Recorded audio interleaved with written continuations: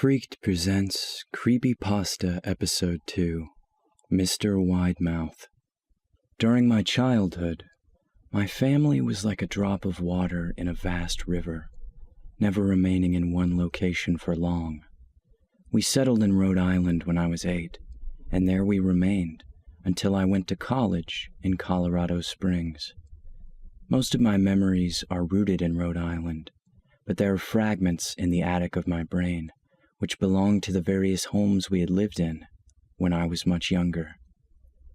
Most of these memories are unclear and pointless, chasing after another boy in the backyard of a house in North Carolina, trying to build a raft to float on the creek behind the apartment we rented in Pennsylvania, and so on. But there is one set of memories which remains as clear as glass, as though they were just made yesterday. I often wonder whether these memories are simply lucid dreams produced by the long sickness I experienced that spring. But in my heart, I know they are real. We were living in a house just outside the bustling metropolis of New Vineyard, Maine, population 643. It was a large structure, especially for a family of 3. There were a number of rooms that I didn't see in the 5 months we resided there. In some ways, it was a waste of space, but it was the only house on the market at the time, at least within an hour's commute to my father's place of work. The day after my 5th birthday, attended by my parents alone, I came down with a fever. The doctor said I had mononucleosis, which meant no rough play and more fever for at least another 3 weeks. It was horrible timing to be bedridden. We were in the process of packing our things to move to Pennsylvania, and most of my things were already packed away in boxes, leaving my room barren. My mother brought me ginger ale and books several times a day, and these served the function of being my primary form of entertainment for the next few weeks.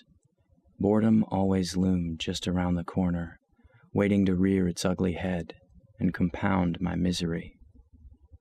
I don't exactly recall how I met Mr. Widemouth. I think it was about a week after I was diagnosed with mono. My first memory of the small creature was asking him if he had a name. He told me to call him Mr. Widemouth because his mouth was large. In fact, everything about him was large in comparison to his body, his head, his eyes, his crooked ears, but his mouth was by far the largest. "You look kind of like a Furby," I said as he flipped through one of my books. Mr. Widemouth stopped and gave me a puzzled look. "Furby? What's a Furby?" he asked. I shrugged. "You know, the toy. The little robot with the big ears. You can pet and feed them, almost like a real pet." "Oh." Mr. Widemouth resumed his activity. "You don't need one of those. They aren't the same as having a real friend." I remember Mr. Widemouth disappearing every time my mother stopped by to check in on me. "I lay under your bed," he later explained. "I don't want your parents to see me, because I'm afraid they won't let us play anymore." We didn't do much during those first few days. Mr. Widemouth just looked at my books, fascinated by the stories and pictures they contained. The 3rd or 4th morning after I met him, he greeted me with a large smile on his face. "I have a new game we can play," he said. "We have to wait until after your mother comes to check on you, because she can't see us play it. It's a secret game."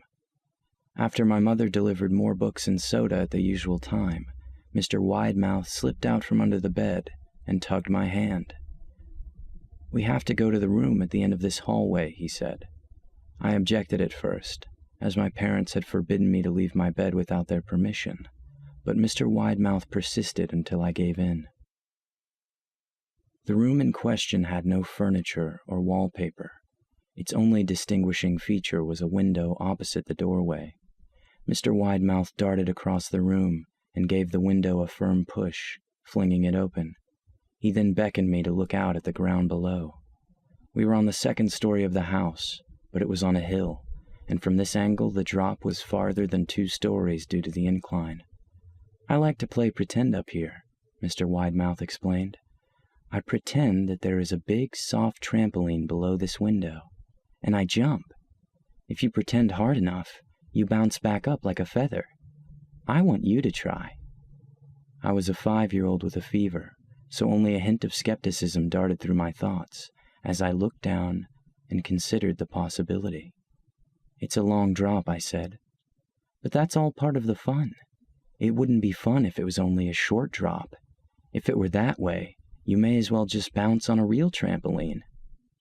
I toyed with the idea, picturing myself falling through thin air only to bounce back to the window on something unseen by human eyes. But the realist in me prevailed. "Maybe some other time," I said. "I don't know if I have enough imagination. I could get hurt." Mr. Widemouth's face contorted into a snarl, but only for a moment. Anger gave way to disappointment. "If you say so," he said. He spent the rest of the day under my bed, quiet as a mouse. The following morning, Mr. Widemouth arrived holding a small box. "I want to teach you how to juggle," he said. "Here are some things you can use to practice before I start giving you lessons." I looked in the box. It was full of knives. "My parents will kill me," I shouted, horrified that Mr. Widemouth had brought knives into my room, objects that my parents would never allow me to touch. "I'll be spanked and grounded for a year." Mr. Widemouth frowned. "It's fun to juggle with these. I want you to try it." I pushed the box away. "I can't. I'll get in trouble. Knives aren't safe to just throw in the air." Mr. Widemouth's frown deepened into a scowl. He took the box of knives and slid under my bed, remaining there the rest of the day. I began to wonder how often he was under me. I started having trouble sleeping after that. Mr. Widemouth often woke me up at night, saying he put a real trampoline under the window, a big one that I couldn't see in the dark. I always declined and tried to go back to sleep, but Mr. Widemouth persisted. Sometimes he stayed by my side until early in the morning, encouraging me to jump. He wasn't so fun to play with anymore. My mother came to me one morning and told me I had her permission to walk around outside. She thought the fresh air would be good for me, especially after being confined to my room for so long. Ecstatic, I put on my sneakers and trotted out to the back porch, yearning for the feeling of sun on my face. Mr. Widemouth was waiting for me. "I have something I want you to see," he said. I must have given him a weird look, because he then said, "It's safe, I promise." I followed him to the beginning of a deer trail, which ran through the woods behind the house. "This is an important path," he explained. "I've had a lot of friends about your age. When they were ready, I took them down this path to a special place. You aren't ready yet, but one day, I hope to take you there." I returned to the house, wondering what kind of place lay beyond that trail. 2 weeks after I met Mr. Widemouth, the last load of our things had been packed into a moving truck. I would be in the cab of that truck, sitting next to my father for the long drive to Pennsylvania. I considered telling Mr. Widemouth that I would be leaving, but even at 5 years old, I was beginning to suspect that perhaps the creature's intentions were not to my benefit, despite what he said otherwise. For this reason, I decided to keep my departure a secret. My father and I were in the truck at 4 a.m. He was hoping to make it to Pennsylvania by lunchtime tomorrow, with the help of an endless supply of coffee and a 6-pack of energy drinks. He seemed more like a man who was about to run a marathon, rather than one who was about to spend 2 days sitting still. "Early enough for you?" he asked. I nodded and placed my head against the window, hoping for some sleep before the sun came up. I felt my father's hand on my shoulder. "This is the last move, son. I promise. I know it's hard for you, as sick as you've been. Once Daddy gets promoted, we can settle down, and you can make friends." I opened my eyes as we backed out of the driveway. I saw Mr. Widemouth's silhouette in my bedroom window. He stood motionless until the truck was about to turn onto the main road. He gave a pitiful little wave goodbye, steak knife in hand. I didn't wave back. Years later, I returned to New Vineyard.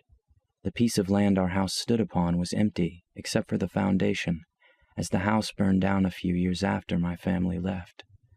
Out of curiosity, I followed the deer trail that Mr. Widemouth had shown me. Part of me expected him to jump out from behind a tree and scare the living bejesus out of me, but I felt that Mr. Widemouth was gone, somehow tied to the house that no longer existed. The trail ended at the New Vineyard Memorial Cemetery. I noticed that many of the tombstones belonged to children. Credited to Perfect Circle 35.